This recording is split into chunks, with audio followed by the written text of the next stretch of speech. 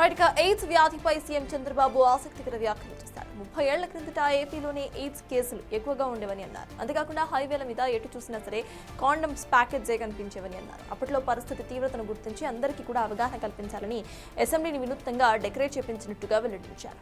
నాడు చేపట్టిన కార్యక్రమాలు ఎంతో ఉపయోగపడుతున్నాయని అన్నారు. ఇక 2030 నాటికి ఏపీని ఎయిడ్స్ రహిత రాష్ట్రంగా తీర్చిదిద్దుతామని అన్నారు సీఎం చంద్రబాబు. ఒకప్పుడు నేను హెచ్ఐవి ఎయిడ్స్ మాట్లాడా, మీకు జ్ఞాపకం ఉంటుంది. ఈ నేషనల్ హైవేలో ఇక్కడ డ్రైవర్స్ తెల్లవారితో నిద్రలేస్తే మనకందరికి కండమ్స్ కనపడేటివి. అది ఎంత ప్రమాదంగా తయారైందంటే 30 ఏళ్లకు మునుపు ఎక్కడ చూసినా హైయెస్ట్ ఎయిడ్స్ ఆంధ్రప్రదేశ్లో ఉండేది.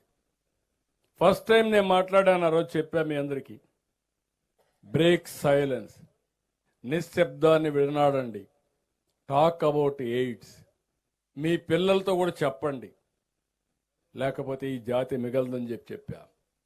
అసెంబ్లీలో నాకు ఇప్పుడు కూడా జ్ఞాపకం, అసెంబ్లీ మొత్తం డెకరేట్ చేశా ఈ కండములు పెట్టి, ఎందుకంటే అవేర్నెస్ రావడానికి. ఈరోజు నేను గర్వంగా చెప్పగలుగుతున్నా, ఆ రోజు చేసిన పని ఈరోజు చాలా వరకు కంట్రోల్ అయింది.